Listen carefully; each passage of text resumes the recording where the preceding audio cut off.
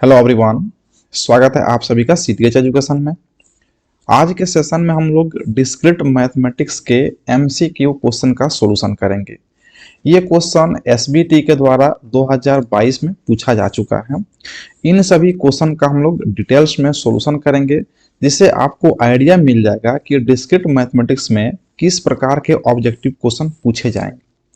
हम लोग एक एक क्वेश्चन को डिटेल्स में सॉल्यूशन करेंगे और समझने का प्रयास करेंगे। क्वेश्चन नंबर फर्स्ट में पूछा गया है, power set of empty set has exactly how many subset. यानी कहा जा रहा है कि जो एम्प्टी सेट है, अगर उसका हम लोग पावर सेट निकालेंगे तो उसमें कितने नंबर ऑफ सबसेट होंगे।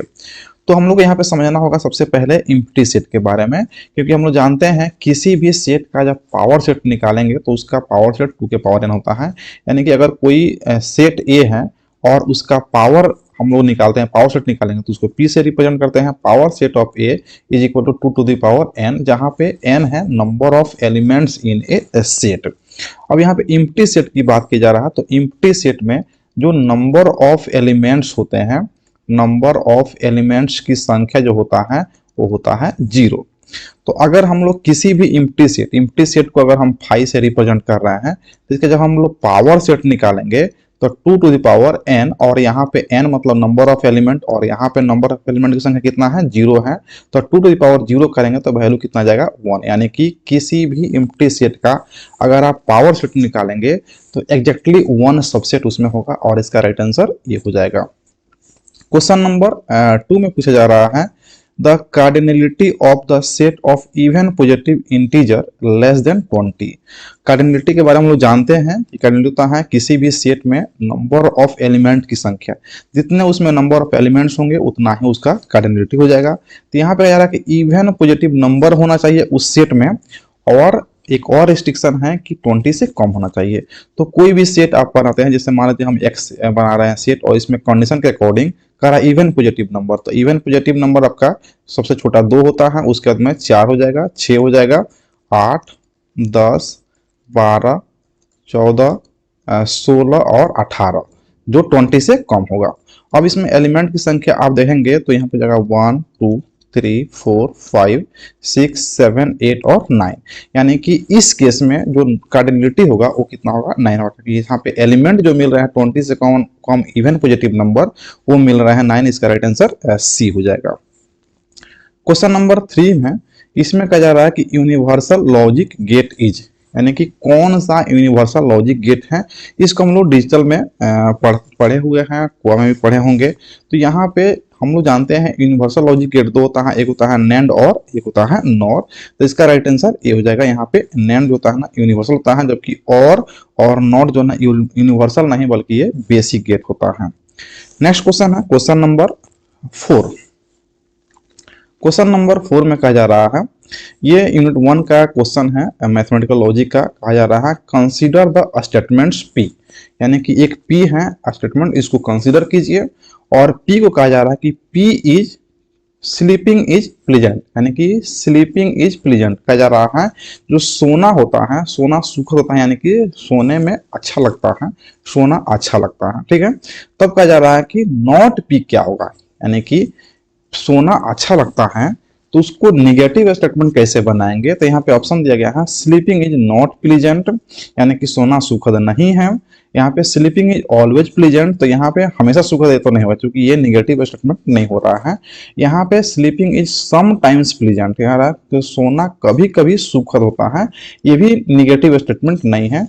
और डी होगा नहीं, इसका मतलब राइट आंसर क्या हो जाएगा ए, यानी कि अगर सोना अच्छा लगता है ये पॉजिटिव स्टेटमेंट है, तो सोना अच्छा नहीं लगता है ये निगेटिव स्टेटमेंट हो जाएगा, और इस हिसाब से आपका आंसर ए हो जाएगा। क्वेश्चन नंबर 5 है। 5 में कहा जा रहा है कि एक सेट ए है जिसमें एलिमेंट्स ए और बी है, दूसरा सेट बी है जिसमें एलिमेंट सी और डी है।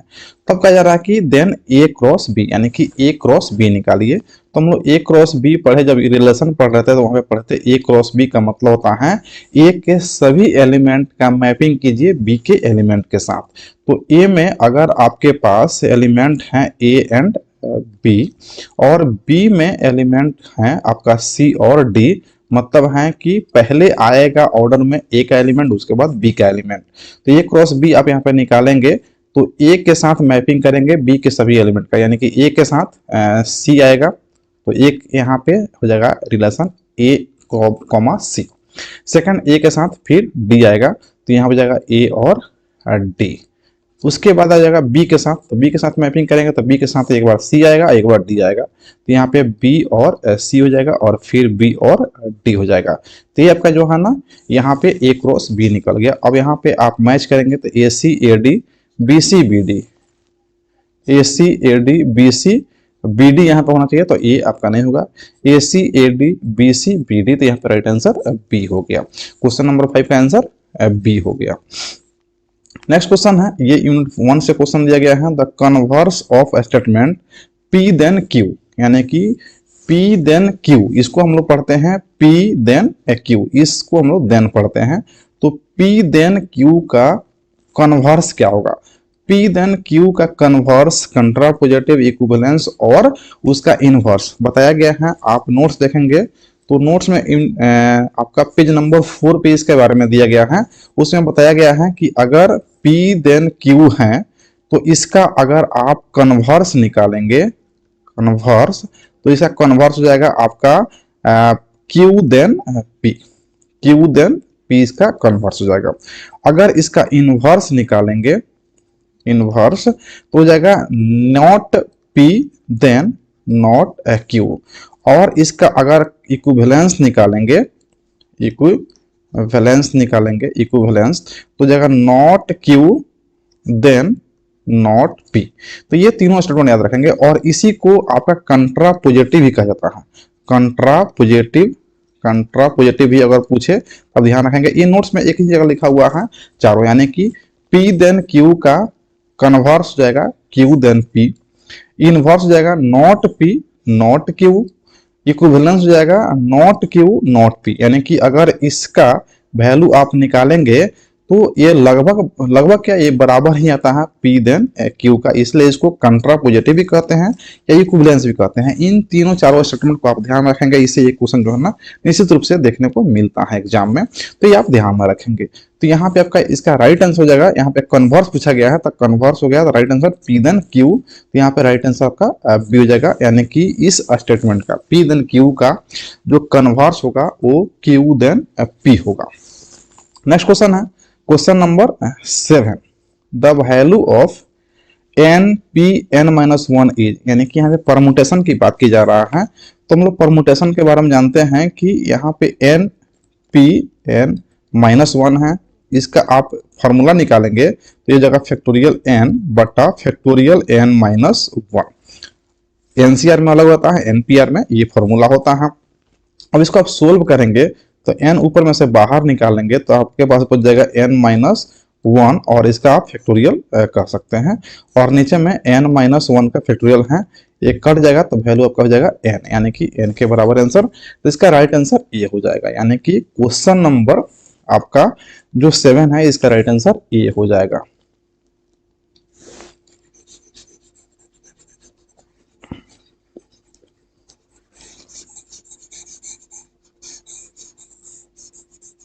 क्वेश्चन नंबर 7 का राइट आंसर हो जाएगा आपका ए। और उसके बाद दिया हुआ है यहाँ पे क्वेश्चन नंबर 8। क्वेश्चन नंबर 8 को देखते हैं। तो क्वेश्चन नंबर 8 में पूछा जा रहा है कि ये नल ग्राफ हैज एजेज, यानी कि नल ग्राफ के पास कितने एज होते हैं। तो वैसा कोई भी ग्राफ जो डिसकनेक्टेड हो, अनकनेक्टेड हो, उसको नल ग्राफ कहते हैं। यानी कि उसमें वर्टेक्स, तो जैसे 2 वर्टेक्स हैं तो इसको हम लोग नल ग्राफ कहेंगे। अगर इसमें 3 वर्टेक्स हैं, यानी कि कितना ही वर्टेक्स हो सकता है, लेकिन अगर वो आपस में कनेक्टेड नहीं है तो उसको नल ग्राफ कहेंगे। और जब आपस में कनेक्टेड नहीं है इसका मतलब कि उसमें कोई एज नहीं है, क्योंकि एज होगा तो कनेक्ट कर देगा, तो कोई भी एज नहीं होता है उसको बोलते हैं नल ग्राफ। मतलब ये है कि ये नल ग्राफ है 0 एजेज। अगर उसमें कोई भी एज आया तो वो नल नहीं रहेगा, वो ग्राफ बन जाएगा, तो उसको हम लोग कहेंगे ग्राफ। लेकिन जब 0 एज है तो उसको हम कहेंगे नल ग्राफ, यानी उसमें कोई एज नहीं है। तो इसका राइट आंसर ये हो जाएगा, इसमें कोई एज नहीं होगा। नेक्स्ट क्वेश्चन है क्वेश्चन नंबर आपका है 9। 9 क्वेश्चन आपका प्रोबेबिलिटी से दिख रहा है। तो प्रोबेबिलिटी में यहाँ पे कहा जा रहा है कि probability of A equal to 1/3, probability of A equal to 1/3, probability of B equal to 1/6 and probability of A union B equal to है 1/4। और यहाँ पे कहा जा रहा है कि probability of A intersection B को फाइंड कीजिए। तो हम लोग फॉर्मूला जानते हैं कि probability of A plus probability of B minus probability of A intersection B equal to होता है probability of A union B के। अगर इस फॉर्मूला वैल्यू पुट करेंगे तो देखिए ये हो जाएगा आपका 1/4 equal to 1/3 plus 1/6 minus probability of A intersection B निकालना है। और यहाँ पे इसको अगर इधर ले जाएंगे तो ये इधर जाएगा, तो यानी कि probability of A intersection B निकालेंगे तब का वैल्यू आ जाएगा 1/4 के बराबर, 1/4। तो यहाँ पे राइट आंसर सी हो जाएगा। क्वेश्चन नंबर 9 का आंसर हो गया सी।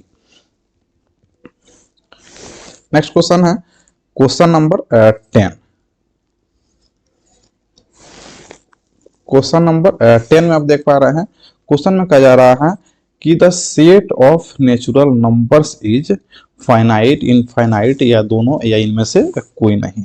कहा जा रहा है कि जो सेट होगा नेचुरल नंबर्स का वो कितना होगा। तो आप यहाँ पे क्वेश्चन देखिए कंफ्यूज किया जा रहा है। नेचुरल नंबर फाइनाइट्स होते हैं, लेकिन यहाँ पे कहा जा रहा है कि सेट ऑफ नेचुरल नंबर, तो किसी भी नेचुरल नंबर का बहुत सारा आप सेट बना सकते हैं, इतना सेट बना सकते हैं जिसको आप काउंट नहीं कर सकते हैं। नेचुरल नंबर फाइनाइट है, लेकिन उसका अगर सेट बनाएंगे तो वो इनफाइनाइट यानी कि बहुत सारे नंबर हो जाएंगे जिसको आप काउंट नहीं कर पाएंगे, यानी कि इनफाइनाइट नंबर ऑफ सेट आप उसको बना सकते हैं। तो यहाँ पे कहा जा रहा है कि the set of natural number is क्या होगा, तो यहाँ पे इनफाइनाइट सेट। क्वेश्चन नंबर 11 है। 11 में कहा जा रहा है कि the range of cos x is, यानी कि cos x का रेंज क्या होगा। तो हम लोग पढ़े हैं त्रिकोणमिति में कि cos x हो या sin x हो, दोनों का रेंज क्या होता है, -1 से 1 के बीच होता है, इंक्लूडिंग -1 एंड 1। तो यहाँ पे राइट आंसर सी हो जाएगा। क्वेश्चन नंबर 12 में है, let x be a relation defined on set a equal to A B, x equal to A B A B and B B, यानी कि एक सेट ए है जिसमें एलिमेंट 2 हैं, इसमें ए और बी 2 एलिमेंट हैं। अब इससे एक रिलेशन ड्राइव किया जा रहा है x इक्वल टू, और इसमें कहा जा रहा है कि a कॉमा ए एलिमेंट एक हो जाएगा, दूसरा हो जाएगा a कॉमा बी, और तीसरा हो जाएगा b कॉमा बी।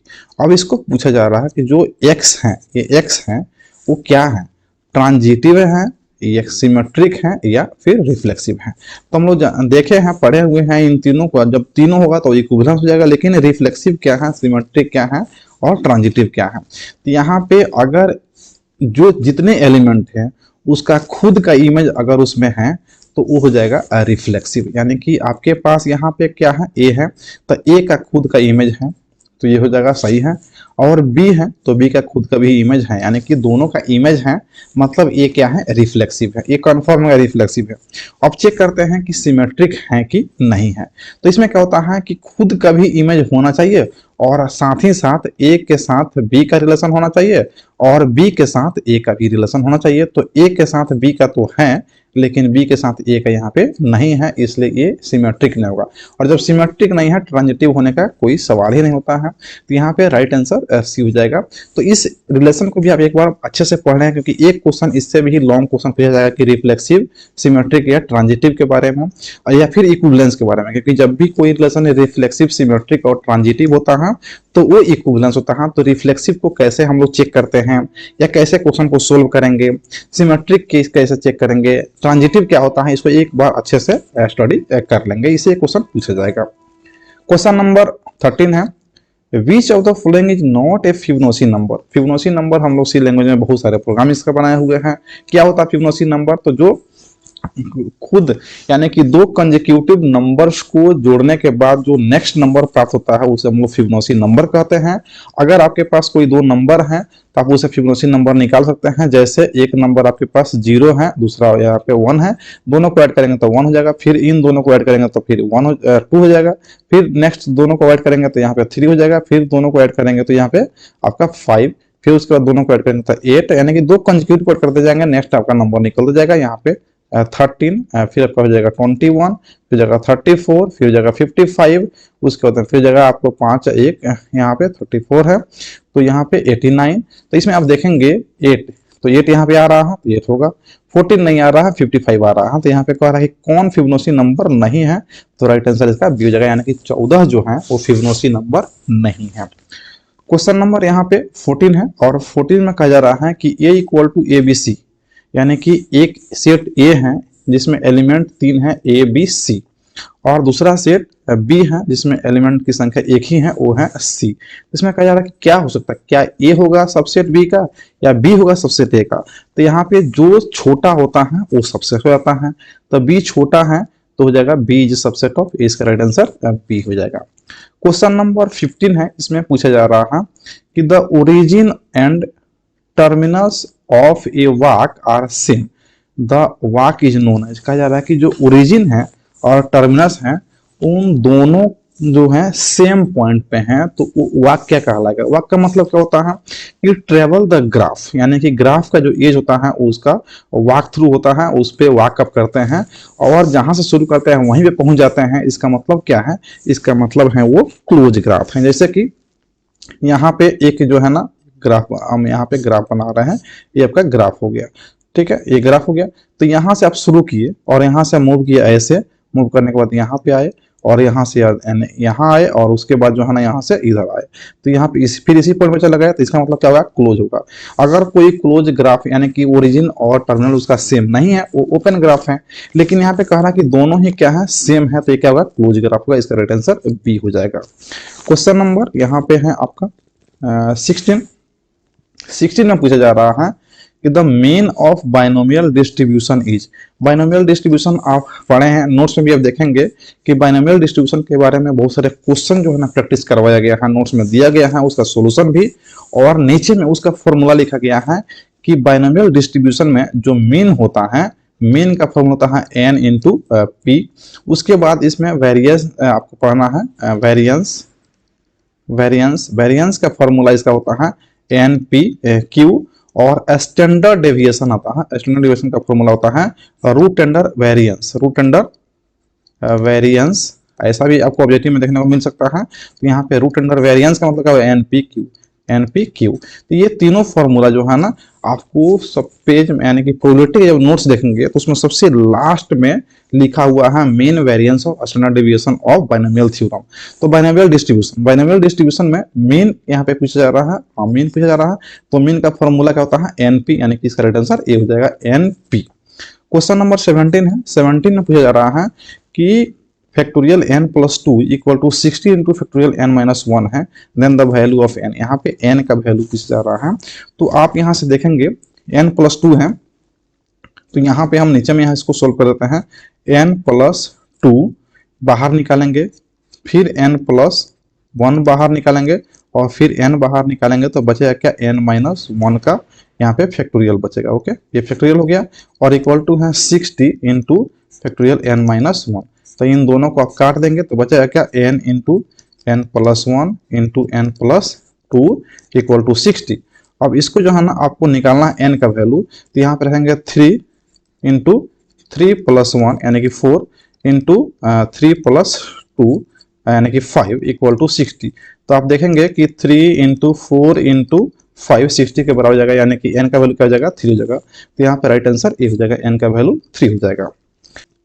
नेक्स्ट है क्वेश्चन नंबर 18। क्वेश्चन नंबर 18 में कहा जा रहा है कि 1 by factorial 5 plus 1 by factorial 6 equal to x by factorial 7, then the value of x is. यहाँ पे x का वैल्यू निकालना है। तो आपका क्वेश्चन क्या है, 1 by factorial 5 plus 1 by factorial 6 equal to x divided by factorial 7। तो यहाँ पे हम लोग को x का वैल्यू निकालना है, तो हम लोग क्या करेंगे कि 1 बाई यहाँ पे फैक्टोरियल 5 को हम लोग कॉमन करेंगे, तो यहाँ पे आपका 1 बच जाएगा, प्लस यहाँ पे 1 बाई 6 बच जाएगा, और यहाँ पे हो जाएगा 1/फैक्टोरियल, जब हम लोग कॉमन अलग करेंगे तो यहाँ पे इंटू 6 × 7 हो जाएगा, यानी कि 7 6 निकालेंगे तो फैक्टोरियल 5 बचेगा, तो 5 से 5 कैंसिल हो जाएगा, तो यहाँ पे बच जाएगा यहाँ पे 1 + 1/6 इक्वल टू यहाँ पे आपका बच जाएगा x / 6 × 7। अब इसका जो हम लोग यहाँ पे आप सॉल्यूशन करेंगे, सिंप्लीफाई करेंगे तो आपका हो जाएगा 7 / 6, तो ये 6 से आपका ये 6 कट जाएगा, तो यहाँ पे आपका हो जाएगा x / 7 इक्वल टू 7 / 1, तो x इक्वल टू हो जाएगा 49, तो यहाँ पे राइट आंसर हो जाएगा आपका सी 49। क्वेश्चन नंबर 19 है, the maximum degree of any vertex in a simple graph with n vertices is, यानी कि यहाँ पे कहा जा रहा है कि सिंपल ग्राफ, सिंपल पे ध्यान देंगे, सिंपल ग्राफ का मतलब होता है कि उस पर कोई भी लूप नहीं बन रहा हो, तो उसको हम लोग कहेंगे सिंपल ग्राफ, जिसमें n वर्टिसेस हैं। तो इसमें मैक्सिमम डिग्री क्या होता है किसी भी वर्टेक्स का, तो किसी भी वर्टेक्स का कोई भी वर्टेक्स होगा तो उसका जो है ना बाकी सारे वर्टेक्स के साथ उसका जो है ना एज होगा। जैसे कि यहाँ पे एग्जांपल में एक यहाँ पे हम लोग ट्रायंगल बना रहे हैं जिसमें 3 वर्टेक्स हो जाता है, 3 वर्टेक्स हो जाता है, जिसमें आप देख पा रहे हैं कि सारे का डिग्री कितना होगा। अगर यहाँ पे ए है, बी है, सी है, 3 वर्टेक्स हैं, तो 3 वर्टेक्स हैं, यानी कि भी नंबर ऑफ वर्टेक्स कितने हैं 3 हैं, तो इसमें डिग्री कितने हो जाएंगे, डिग्री सभी का जगह 2 हो जाएगा, 2 हो जाएगा, क्योंकि इसका ये डिग्री 2 है, 2 एज है, यहाँ भी 2 है, यहाँ भी 2 है। लेकिन अगर यहाँ पे 4 बना रहे हैं, यहाँ पे 4 नहीं, इसको जो है ना सबको हम ऐड कर देते हैं, ठीक है। तो यहाँ पे वर्टेक्स की संख्या कितना है 4 है, वर्टेक्स की संख्या 4 है, तो इस वर्टेक्स का संख्या है 4, तो इसमें भी आपको जो है ना यहाँ पर डिग्री 3 है, 3 ज्वाइंट हो रहे हैं, यहाँ भी 3 है, यहाँ भी 3 है, यहाँ भी 3 है, यानी कि नंबर ऑफ वर्टेक्स जो है ना आपका 4 है, तो उसका डिग्री उससे 1 कम हो रहा है, डिग्री उससे कम हो रहा है, यानी कि जितने वर्टेक्स होंगे उतने उससे 1 कम डिग्री होगा, क्योंकि ये सिंपल ग्राफ है। अगर सिंपल नहीं होता आप यहाँ से भी ऐसे लूप बना देता, यहाँ पे जो है ना इसका डिग्री 5 होता। तो ये सिंपल ग्राफ में कोई भी लूप नहीं होता है, मतलब ये है कोई भी सिंपल ग्राफ है तो उसमें अगर नंबर ऑफ वर्टेक्स की संख्या n है तो उसमें मैक्सिमम डिग्री n-1 हो सकता है, उससे कम हो सकता है, लेकिन मैक्सिमम जो होगा वो n-1 होगा। तो यहाँ पे राइट आंसर आपका हो जाएगा a n-1। लास्ट क्वेश्चन है question number 20, which among the following is the standard deviation of binomial distribution. अभी हम लोग देखें कि स्टैंडर्ड डेविएशन या वेरिएंस या मीन क्या होता है, तो स्टैंडर्ड डेविएशन होता है root under n p q, तो यहाँ पे आपका राइट आंसर हो जाएगा सी। क्वेश्चन नंबर 20 का राइट आंसर सी है।